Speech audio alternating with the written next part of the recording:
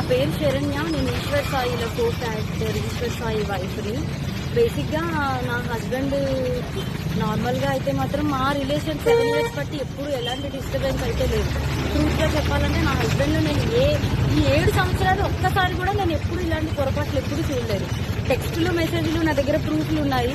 చూపిస్తే మాత్రం అంటే ఇట్లా ఎలా వస్తుందంటే మరి నా హస్బెండ్ కూడా చెప్పడం ఏంటంటే తనే ఇట్లా నన్ను కొంచెం ఇది చేసింది. సో అందుకోసం అని ఏ అబ్బాయి అయినా సరే మరి ఎట్లా ఇలాగే అయిపోయింది ఇంకా అని చెప్పి తను చెప్తున్నాడు.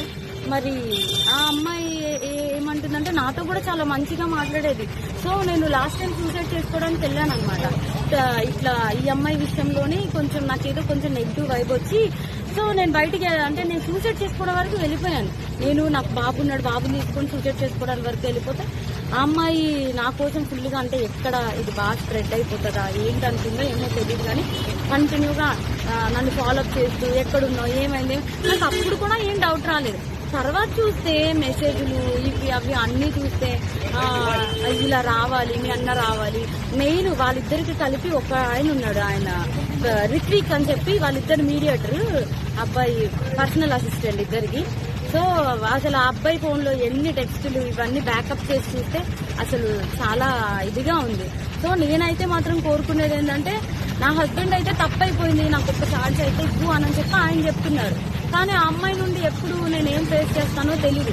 కానీ ఎందుకంటే ఇప్పుడు నా లాంటి అమ్మాయికి అంతమంది ఫాలోవర్స్ ఉంది, పైగా నాతో ఇంత మంచిగా ఉంది, ఇంత చేసిందంటే వాళ్ళ అమ్మగారి రికార్డు కూడా ఉంది. నేను పొద్దున్న వాళ్ళ అమ్మగారికి ఫోన్ చేసి అడిగితే మా అమ్మాయి అంతే అలాగే చేస్తుంది అని చెప్పి అంటుంది. నా దగ్గర రికార్డు ఉంది. ఫోన్ స్విచ్ ఆఫ్ అయ్యేటప్పటికి నా దగ్గర ప్రూఫ్ లేకుండా ఉంది, ఆన్ చేస్తే అది కూడా ఇస్తాను. సో ఇట్లాగా ఇప్పుడు నాకు అన్యాయం జరిగింది. నా పేరెంట్స్ మా సిస్టర్స్ వచ్చి ఏదో చేశారు. నా హస్బెండ్ నాతో ఏదో కొంచెం పోలీసులు దీంతో ఏదో మాట్లాడుతున్నాం అవుతుంది. ఇప్పుడు నా లాంటి అమ్మాయి ఒకవేళ వేరే ఒక అమ్మాయి ఎవరైనా దొరికింది అనుకోండి, అమ్మాయి ఇదే స్ట్రెస్ తట్టుకోలేక సూసైడ్ వరకు వెళ్తే ఎంత ప్రాబ్లం. నేను ఇది ఒక్కటే ఆలోచిస్తున్నా.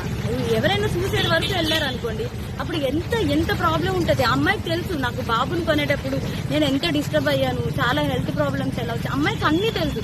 ఒక ఆడపిల్ల అయ్యి ఇంకో ఆడపిల్లకి అంత త్వరగా ఎలా మోసం చేస్తుంది. అది కూడా నా పక్కనే ఉంది. మళ్ళా ఈశ్వర్ నిన్ను మోసం చేయట్లేదు, నేను అలాగా నీకోసం ఏడుతూ ఇంత చేస్తూ నా హస్బెండ్ తో అసలు అది ఎట్లా ఉండగలుగుతా. నా హస్బెండ్ కి డ్రింకింగ్ హ్యాబిట్ కూడా లేదు, అలాంటి తను డ్రింక్ కూడా చేయించారంటే అసలు నాకైతే అర్థం కావట్లేదు. అసలు ఈ ఫోక్ ఇండస్ట్రీ అంటే నేను చాలా ఈయనకి మంచి వాళ్ళందరూ చాలా మంది మాట్లాడుతుంటే అబ్బా చాలా ఇట్లా ఉంటది అట్లా ఉంటది అనుకున్నా కానీ ఇంత అన్యాయం నా వెనక ఇలా జరుగుతుంది అని చెప్పి నేను ఎప్పుడైతే అనుకోలేదు. నెక్స్ట్ ఇదేంటంటే ఇట్లాంటి అమ్మాయిని మాత్రం అసలు ఫోక్లోకి వీటిల్లోకి ఎంకరేజ్ చేయకూడదు. ఎందుకంటే ఇప్పుడు నా హస్బెండ్ జరిగింది, రేపు అన్న రోజు ఇంకో హస్బెండ్ వాళ్ళ అమ్మగారే చెప్తున్నారు కదా డైరెక్ట్ గా మా అమ్మాయి అంతే అని చెప్పి. సో ఇవన్నీ కొంచెం చూసుకొని కొంచెం ఫోక్లోకి తీసుకున్నప్పుడు కూడా మనుషుల కోసం నేను మిగతా వాళ్ళని అనట్లేదు కానీ ఇట్లాంటి వాళ్ళని మాత్రం కొంచెం చూసుకోండి. కాపురాలు పోతాయి, చిన్నపిల్లల లైఫ్ పోతాయి. క్యాస్టింగ్ క్యాచ్ అనేది బేసిక్లీ ఫిల్మ్ ఇండస్ట్రీలో ఫోక్ ఇండస్ట్రీలో జరుగుతుందనేది ఆరోపణలు ఉన్నాయి. మరి దాని మీద మీ అభిప్రాయం ఏంటి? ఇది కూడా అదే కోణానికి చెందిందా లేకపోతే ఇండివిజువల్? అట్లా ఏం లేదు, నిజం చెప్తున్నాను కదా. మా హస్బెండ్ కి డ్రింకింగ్ హ్యాబిట్ లేదంటే మీరు ఆలోచించారు. నా డెలివరీ దగ్గర నుండి ప్రతి ఒక్కటి నా హస్బెండ్ నన్ను పువ్వుల్లో పెట్టి చూస్తున్నాడు. ఏ రోజు ఇప్పుడు నా హస్బెండ్ విషయంలో 1 minute నేను ఆలోచిస్తున్నానంటే దీనికే. నా బిడ్డను కానీ నన్ను కానీ ఇంత కేర్ గా చూసుకుని అబ్బాయి ఏమంటున్నాడు, ఇప్పుడు ఒక అమ్మాయి వచ్చి నా మీద పడిపోతే నేను ఏం చేస్తా, ఇప్పుడు ఒక షూట్ లో ఉన్న వాళ్ళం మేము అంత క్లోజ్ అయిపోతుంటే నేను ఏం చేయగలుగుతా అంటున్నాడు. అప్పుడు నేను నా హస్బెండ్ చెప్తున్నా నువ్వు చేసింది తప్పు, మరి అమ్మాయి పడితే మరి నీకు తెలీదా? ఆబ్వియస్ గా ఒక అబ్బాయి ఇప్పుడు నీకు పెళ్ళం బిడ్డలు ఉన్నారు, నీకు ఆ మాత్రం తెలీదా అంటే ఇంకా అయిపోయింది. కానీ ఆ అమ్మాయికి తెలియాలి కదా, ఒక ఆడపిల్ల మరి తనకి తెలియాలి కదా. సో నాకు ఇబ్బంది ఎక్స్ట్రా కోసం అయితే తెలియదు. కోర్టు కోసం మాట్లాడితే మాత్రం చాలా మంది మంచి వాళ్ళని అయితే నేను చూస్తూనే ఉన్నాను కదా, చాలా మంది మంచిగానే ఉన్నారు. కానీ ఇలా పక్కనే ఉండి గొంతు కోసే వాళ్ళని నేను ఇప్పుడే చూసాను. పైగా ఆ అమ్మాయి ఇంత సెలబ్రిటీ లాగా అన్నిట్లో డీలో వీటిల్లో వాటిల్లో ఇంత వచ్చి ఒక ఆడపిల్ల జీవితం ఒక్కసారైనా ఆలోచించాలి. పైగా తనకి బ్రేకప్ కూడా అయింది.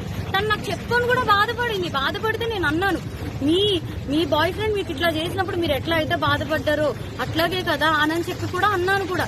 తనకి ఆ మాత్రం అసలు ఏవి గుర్తు రాకుండా ఇంత ఎట్లా చేసిందో నాకు అర్థం కావట్లేదు. ఎందుకంటే మీరు అనుకోవచ్చు ఇప్పుడు ఏంటి ఈ అమ్మాయి కోసమే చెప్తుంది వాళ్ళ హస్బెండ్ కోసం. నా హస్బెండ్ 7 years బట్టి నేను కాపురం చేశాను కాబట్టి తన కోసం నాకు తెలుసు.